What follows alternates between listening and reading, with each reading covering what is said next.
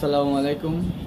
সবাইকে অনুরোধ করছি, হিন্দু মুসলিম সবাইকে, সবাই ভাই ভাই। আমি একটা ভিডিও বানাইছি, এর কারণে রাসেল ভাই বা সাপ আমার বাড়িতে, আমার ঘরেতে আমার মা মারেছে।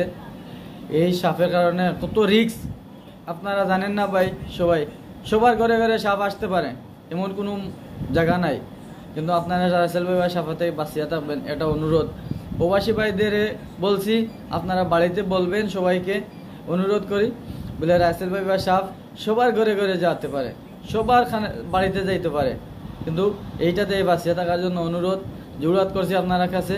ওটা হুঁশিয়ার থাকবেন, আপনারা ছোটো ছোটো বাচ্চা খেলাতে দিবেন না, নিচে রাখবেন না।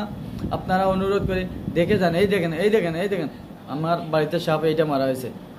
এই রাসেল ভাই বা সাপ আমাদের বাড়িতে, গ্রামে গড়ে গঞ্জে সবার বাড়িতে আছে। কিন্তু আপনারাকে অনুরোধ করে বললাম, এই সাপটার সাথে বাঁচিয়ে থাকবেন।